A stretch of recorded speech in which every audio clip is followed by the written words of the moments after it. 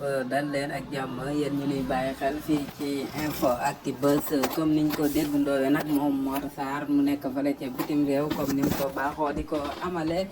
audio yi nga xamante ni moo ngi koy wax di wax li nga xamante ni moom moo di xalaatam fii ci réew bi nga xamante ni fi la fekk baax di réewu Sénégal kon tey kenn ku ne dégg na ni nga xamante ni la yëkkatee ay kàddoom doon tàmbalee ci avion yooyu nga xamante ni réew Émirats wala Qatar fële ca Dubaï boog ñoom ñoo ko moom muy ay lu ëpp téeméeri avion yoo xamante ni mu ko waxee jamono ji muy def vocal bi ñoo ngi ci jaww ji di naaw ci kaw muy xam ne ni daal Sénégal nan la ñàkk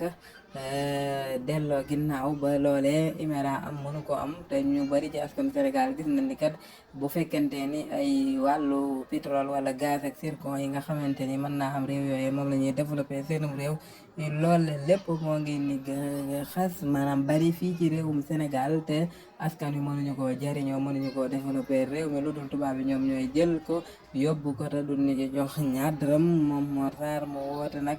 jafe-jafe yi nga xamante ni réewu Sénégal a ngi ci mu woo kilifa diine kilifa aada ak képp ku mën di doon ngir ñu dajaloo toog waxtaan ngir defar li nga xamante ni moom mooy sunu réew di Sénégal bàyyi Macky Sall mii nga xamante ni kat moom moo bëggee yaax réew mi ci ni mu koy dégg moom Mor Sarr déggat léegi kon nañ leen bàyyi sax bu jaree ñoom ñi nga xamante ni ñoo nekk ci gouvernement bi ak li nga xamante ni sàcc nañ ko ci milliards ni mu ko waxe nañ leen ko baal tan dem ñoom bàyyi nu jox na sunum réew ñu dal di koy defaral sunu bopp mu nekk ay kàddu yoo xamante ni niñ ko waxe ci tàmbali bi moom kii di Mor Sarr yëkkati na ko doon ci dànkaafu li nga xamante ni moom mooy état bu Sénégal waaye itam di gën a ñaax ñi nga xamante ni ñoo day kilifa te nekk ci réew mi ñu